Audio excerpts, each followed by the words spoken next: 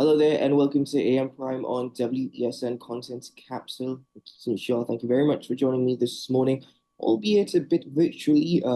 But I was on assignment today, so thank God for technology. Indeed, we're still able to have AM Prime. But this morning, my first conversation focuses on the National Security Council. Following the Prime Minister's commentary over the weekend, well, more so actions that followed with the commentary over his role on the National Security Council, another point was raised totally separate to the incident that happened. It actually focuses on Tobago's role on the National Security Council. Suffice it to say, they don't really have a role on the National Security Council. And that was a point that was raised by the political leader of the IDA, Dr. Denise Soifat Angus, and she's with us virtually. Hello, Dr. Angus, welcome to the program. Good morning, Mr. Shah. Good morning to your viewers and listeners across the world. And it's a pleasure to be here with you this morning. Thank you for having me.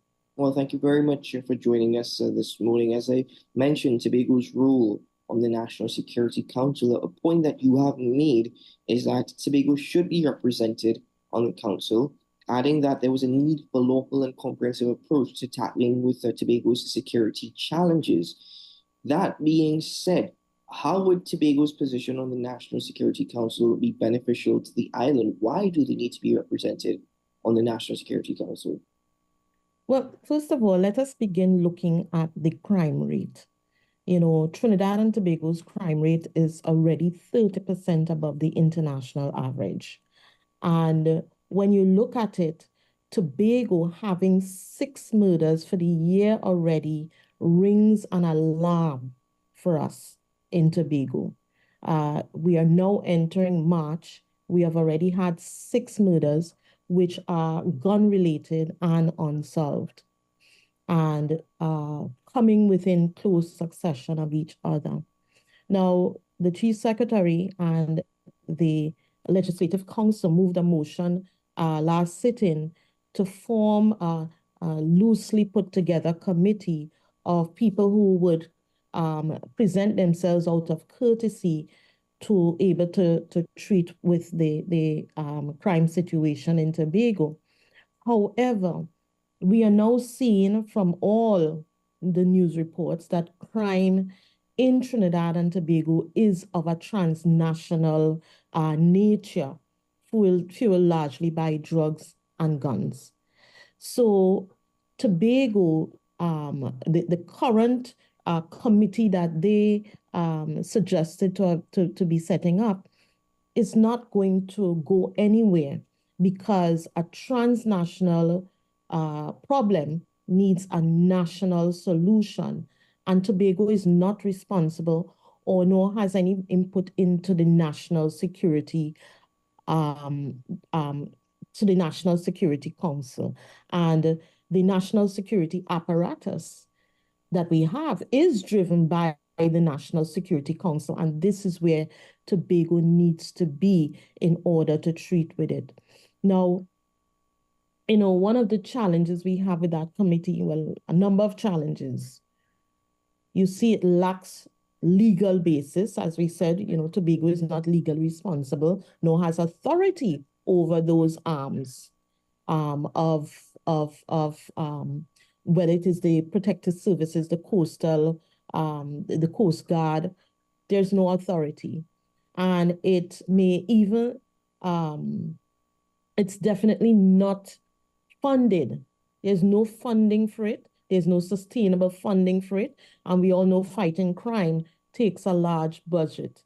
It's going to cause disruptions in our the efficient public service delivery because they would have to, the public servants will have to be moving monies around for allocations that were not established for this sort of activity. And therefore, it affects the overall resources to the Tobago House of Assembly administration, meaning we'll have even less than what we were given to do in the first place. And so these are the reasons why we state that, you know, we should have a seat on the council. So I know the focus is on the National Security Council, but I'm glad that you've raised the point in respect to the Safety Committee that the Chief Secretary has stated that is to be put together. That being said, whilst I understand the points that we've raised, are you of the opinion that there are any sort of benefits to the establishment of a safety committee on the island of Tobago, given the situation at this point? Of course, but it has to be done in the right way. It has to be done such as it forms the official Tobago Security Council. And that could only come from having a seat at the National Security Council, such that at the level of the Tobago Security Council, it already comes with all of the legal framework and the authority to even have this committee. And therefore, things would move seamlessly. You would also have the support of the budgetary allocations to ensure that this committee can do its work properly. And there will be a seamlessness in the communication between the National Security Council and the Tobago Security Council. And therefore, you will have the more effective approach and successful approach, not just for an island, but for the country. Currently, though, are you satisfied with the national security apparatus's response? Or not even their response, but the measures, whether it be proactive or reactive, that they've implemented to deal with Tobago's security challenges? Because bear in mind, they will focus nationally, but Tobago seems to be the crime rate is getting out of hand. It is out of hand. And if you begin to compare us with other countries, we may as well be coming second to only Jamaica and Ecuador. And just Tobago alone, with the number of, because what, we have 60,000 people on the island, you have 6 people already murdered. I mean, that murder rate is quite high. And what we want to really look at is to ensure that we deal with, yes, the drugs and the guns that are coming into Tobago. Tobago is also open in terms of our borders. We have seen where they found all this drugs in Tobago's waters after the oil spill. We have had a number of Venezuelan boats in our borders. We have had well, the recent tug and boat, the oil spill that we recently had, how did that get into Tobago's waters without being noticed? And previous to that, we had the African ship that showed up with all these dead bodies about 2 years ago, again within Tobago's waters. So clearly, the only evidence we have is that we are not being protected at this point. And there are a number of things that must be looked at because even though we are the country of Trinidad and Tobago is, you could say Tobago is half the country, that we are divided by water and we need to start looking at some additional things that can be put in place to protect us from everything that is occurring that could enter our space, whether it is through the airspace or through the sea space. Something has to be done, better has to be done.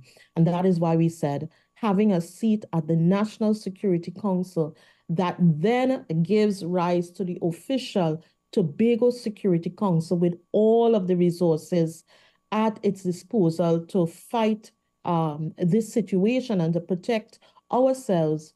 That is the way that the Innovative Democratic Alliance sees the best way forward for Tobago and Trinidad and Tobago, because many Trinidadians come to Tobago for vacation, for business. So we're not just protecting Tobagonians, we're protecting the whole country when we do some when we take this step forward.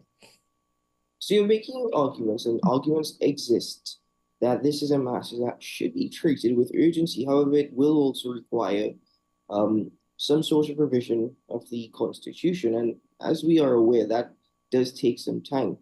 Given that, and given a history when it comes to revising our constitution, is there some other way that some arrangement can be made informally at this point until it is stipulated to, well, it's stated Tobago's position on the National Security Council? Yes, well, first of all, we are at an opportune time right now because the Constitution is being reviewed.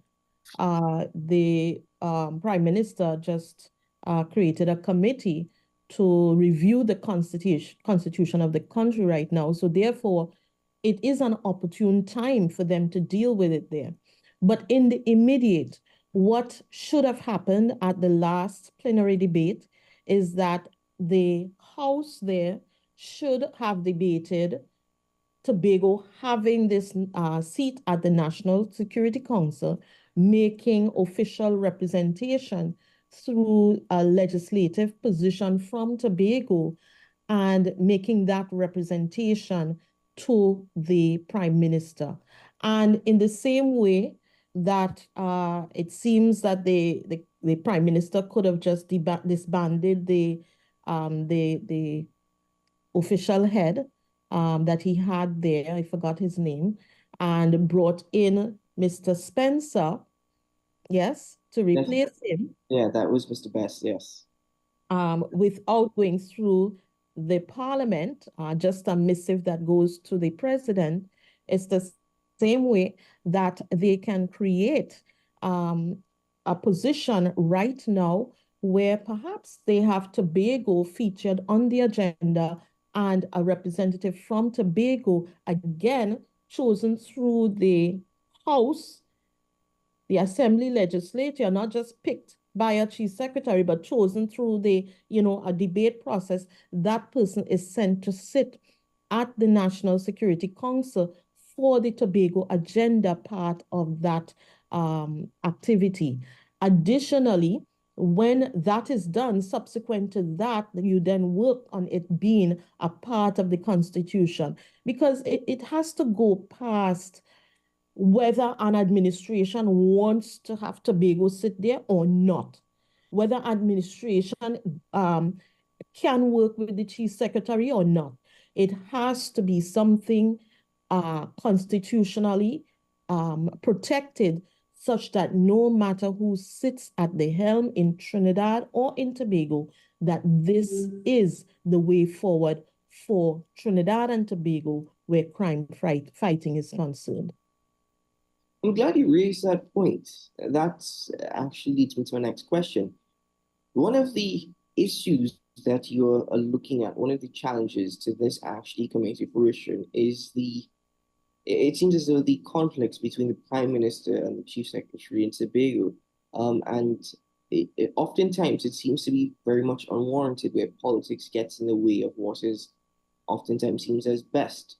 But what it seems as best is also debatable. That being said, these unwarranted conflicts, how do you even get past this hurdle to even finding a solution? It was good seeing the Prime Minister and the Chief Secretary in Tobago in response to the oil spill. But then a couple of days later, there was conflict as well over accusations of hiding information. So it's a back and forth. It's not going to prove to be fruitful in any way. I totally agree with you with that. And that is why the IDA believes that this current administration, the chief secretary, is unable to facilitate this conversation at the national level, a conversation that is absolutely necessary for us to go forward in being proactive. And that is why the IDA is taking it forward. In fact, we intend to be writing the Prime Minister today on this issue because we realize that the current administration, given public let me say, the public conflict that continues between them, that there is no way that either one will reach out to the other unless it is a crisis. And that cannot be the way forward for Tobago because it hinders our progress. And it doesn't just hinder our progress in Tobago, it hinders the progress of the country because Tobago's progress is part of the country's progress. But do you expect a response from the Prime Minister? Of course, I am a resident of Tobago. I'm a citizen of Trinidad and Tobago. I have written a letter to the Prime Minister who has been nurtured by Tobago in coming up, who has lost close friends to this whole issue of murders in Tobago. And I am writing this letter on behalf of Tobago, a plea, and I would expect that the Prime Minister would respond to a concerned constituent And in the country. if he does not respond, what is next? Well, that will be left up to the people of Tobago to decide. Are they considered worthy in the eyes of the Prime Minister to be to champion their safety by having this meeting with all of the leaders to see where Tobago needs to go, what is the best way forward in protecting the lives of the people on this island, and by extension, all the visitors that come from everywhere, including Trinidad. Now, you're making an argument for Tobago to return to the paradise that we once knew it. You even stated that stakeholders are to prioritize safety and security of Tobago in a united effort forward. Now, when you refer to stakeholders, I would agree that it's definitely the Tobago House of Assembly and the residents on the island of Tobago. That being said, whom do you suppose are other stakeholders and are seen as integral in this fight for Tobago security challenges? Well, let me tell you, the responsibility of crime belongs to everyone. And so while we advocate for the seat at the National Security Council, that then gives rise to an official Tobago Security Council, we then have to have uh, a network of private security businesses, fisher folk, the general citizenry in the using the technology to to detect and prevent crime on the island. Additionally, reinstating the community-based policing in Tobago would be a way forward. I think when that was done some years ago, we did see a positive impact from there.